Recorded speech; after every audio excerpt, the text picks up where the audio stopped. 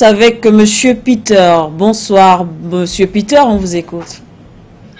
Bonsoir, Madame Siker. Merci beaucoup, Consenteur. Je salue Monsieur Matomba, si j'ai pas mal prononcé son nom, Dr Yam.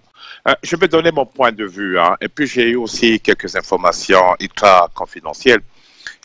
On m'a dit que cet après-midi, après les décisions le général d'intenter un procès contre M. Bazoum, le directeur de l'agence CIA qui est là-bas à Agadez, pas Agadez, comment ils appellent encore les régions, a demandé un entretien avec le général et jusque-là, il n'a pas obtenu de réponse. Deuxième chose, c'est qu'au niveau du KROC, c'est le panique générale parce que si on veut entrer dans le droit international et si on veut entrer également dans le process américain, les Américains, ils sont très prudents. Et comme ils savent très bien que c'est bel et bien un coup d'État, mais officiellement, ils n'ont pas parlé qu'ils condamnent le coup d'État. Ils ont simplement dit qu'ils soutiennent M. Bazoum. Voici un peu le nuance.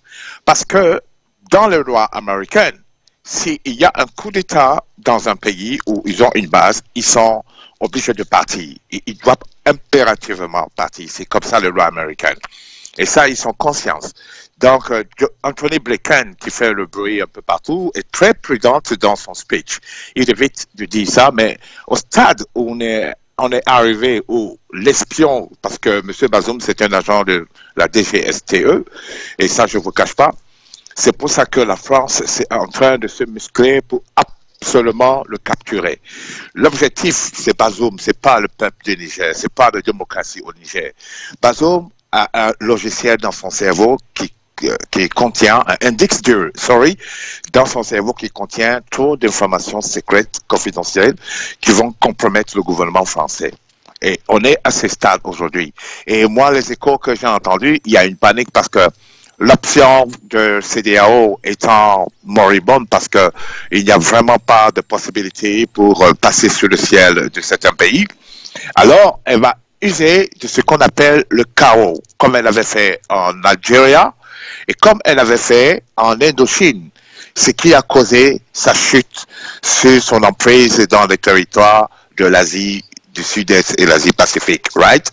Et aujourd'hui, ils sont en train de réfléchir, mais je dis encore, je plains beaucoup leur sort parce que la France d'aujourd'hui, je parle des dirigeantes actuelles, n'ont aucune lecture de la géopolitique africaine. Je suis désolé parce que ceux que vous voyez là, ils ont porté les mêmes vêtements que Angoulême et celui qui était gouverneur qui a massacré les Camerounais, son nom m'échappe un peu, tellement c'est vilain. Et ils ont les mêmes politiques de Foka quand ils ont éliminé tous les dirigeants africains qui contraignaient le planning français. Donc voilà à quoi nous sommes aujourd'hui. Alors, le général, c'est un homme très intelligent, il n'est pas officier supérieur pour rien, parce que il est en train de gagner du temps. Et en gagnant du temps, il fatigue un peu les autres et aussi, il dérange le plan de la France sur son action pour protéger son précaré.